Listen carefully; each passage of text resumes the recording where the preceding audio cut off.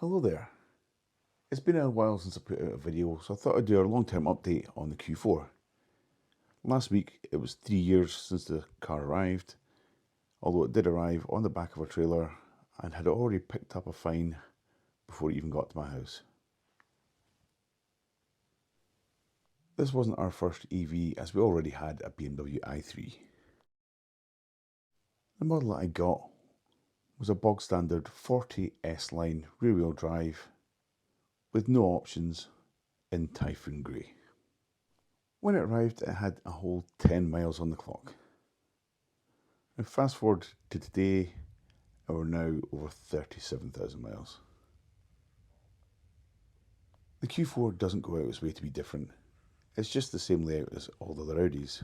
So the buttons on the steering wheel will be familiar, although they are touch sensitive buttons.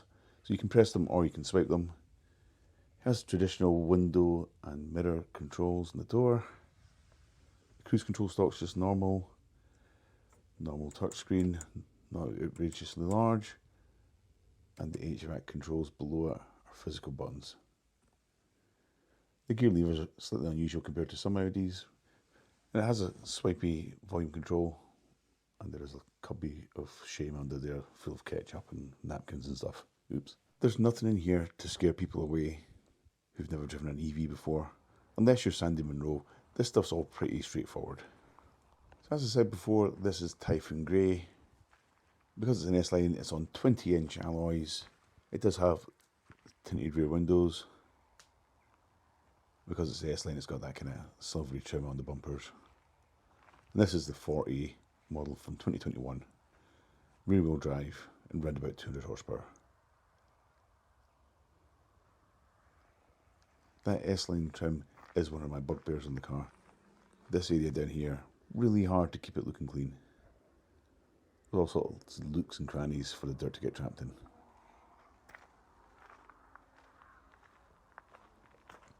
Moving around the front, because there are no options on this, it doesn't have front parking sensors. No reverse camera or anything. And no parking sensors on the front. And because it's a bog standard S-Line, single reversing light. Which on a car that was 50 grand when new is kind of embarrassing.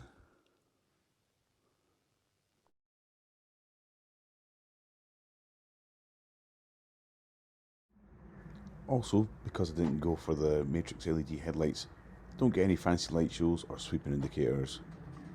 Nothing like that. Just plain indicators and plain daytime running lights on the front. As I said already, it's got around about 200 horsepower, which isn't loads, but it's plenty quick enough for my needs, although the new 45 model is significantly quicker. So not the 60s, round about 8 seconds for this model. I have seen a lot of people complain about the brakes, but they stop the car just fine. As this is our main family car, we use it for absolutely everything, in all conditions. Despite being on normal tyres and rear-wheel drive, it's coped well in the snow, which I have done a video about.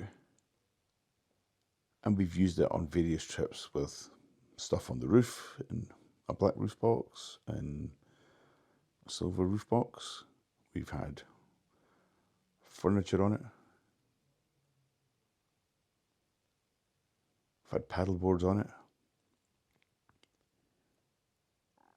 We've had furniture in it. We've had dogs in it. We've used it to pick up DIY stuff from the shops.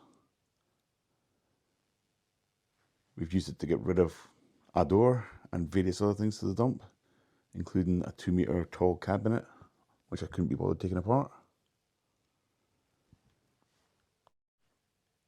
The practicality has been really surprising for me for this car. It's not particularly long, it's not particularly tall, but it has a huge amount of space inside. Now, yes, the other MEB platform cars like the Enyaq and the ID4 have marginally more boot space, but interior wise, this has still got plenty legroom and plenty headroom. That's been really useful because my 2 sons and their football teammates are regularly in the back of the car. Quite often we have 5 people over 6 foot in the car, and it copes fine. Because we're using it all the time, it does get dirty pretty quickly, especially in the winter. Although the Typhoon Grey paint hides it pretty well, it does show up on the wheels. The one saving grace for that is the wheels are pretty easy to clean. Even the gaps between the spokes are wide enough that you can get in and clean them no problem. Once you do get a chance to wash it though, it does scrub up pretty well for a 3-year-old car. It also helps that the replacement models for this, the 45 and the 55, haven't actually changed any of the exterior features, so this car still looks fresh and current. I even like the way it sounds.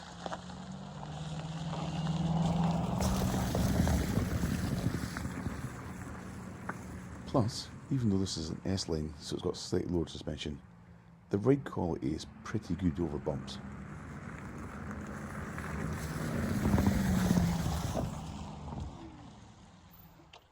And I know this is a personal thing, but I still think this is the best looking out the MEB platform cars. In terms of efficiency, it's averaged about 3.5 miles per kilowatt for the entire time we've got it. The real world range in the winter has dropped from maybe around about 230 to 220 miles. And the summer range has dropped from about 290 to 275 to 280-ish. That's not a huge deal for me. I don't do massive miles. It's mostly commute miles I'm doing. And all my charging is still done on public chargers. At my local leisure centre, it's around 42 pence a kilowatt hour, so around about £30 for a full charge. And in my second home, Livingston at the shops, it's 30 pence a kilowatt hour, so it's 25% cheaper. The one drawback that I have come across with the Q4 has been its appetite for tyres. The original Bridgestones lasted 13,000 miles, which is pretty poor, and it needed 4 new tyres at that point. They're not cheap because they're self-sealing tyres as well. So it's around about £1,000 for 4 tyres. When the Bridgestones were replaced 2 years ago, they were replaced with Pirelli Scorpions. The rear Scorpions lasted 20,000 miles. The fronts have lasted 24,000 miles so far. That's a useful improvement over the time that we got out the Bridgestones. Now, as the car's 3-year-old, it did have to go for its MOT test recently, so I took it in October, and unsurprisingly it passed at 36,828 miles. It does have a cracked windscreen, which I wasn't aware of, but it's cracked away down at the bottom in the black kind of spotted bit. So I'll get that looked at some point in the near future. And I am going to keep an eye on the front tyres as they're getting to wear a little bit round the edges. At the moment though, I'm not really concerned. I'm happy to drive about in them as they are. In terms of issues I've had with it, well, when I got the Pirellis put on, it turned out the Pirellis weren't particularly round tyres. So there's slightly more road noise than there was in the Bridgestones. I thought it was a fault with the vehicle, but it turned out to be a fault with the tyres. I did have one occasion where a map update meant I couldn't have my satellite image on the maps, and that lasted a couple of days, but then it fixed itself. Other than that, I've not had any problems with the car.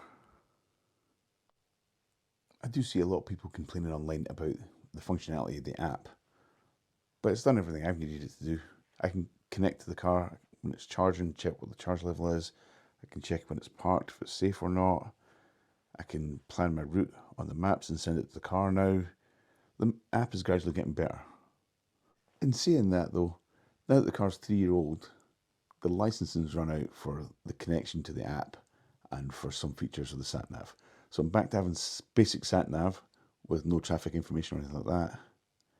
I don't think I'm going to have access to the weather and the news type stuff. And I can't check the status of the vehicle from the app at the moment. But I knew this was coming. I knew the deadline was coming up because the date was on the system. I wanted to see what happened, and then I'll do a video about it at some point in the near future about the features that I've lost.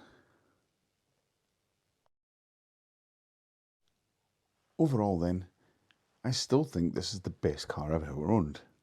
I've owned over 40 cars, including like a 2016 BMW 520 diesel, which was a pretty nice car. And the Q4, as an all-rounder, is even better than that. The big dilemma now though is, what do I do when this goes? I've still got this for another year, but I'm going to have to start thinking about what to replace it with. Do I go for something completely different, or do I go for another Q4? It's a tough call. Right, that's all I've got for you in this video. Remember to like and subscribe. Thanks for watching, and I'll catch you next time.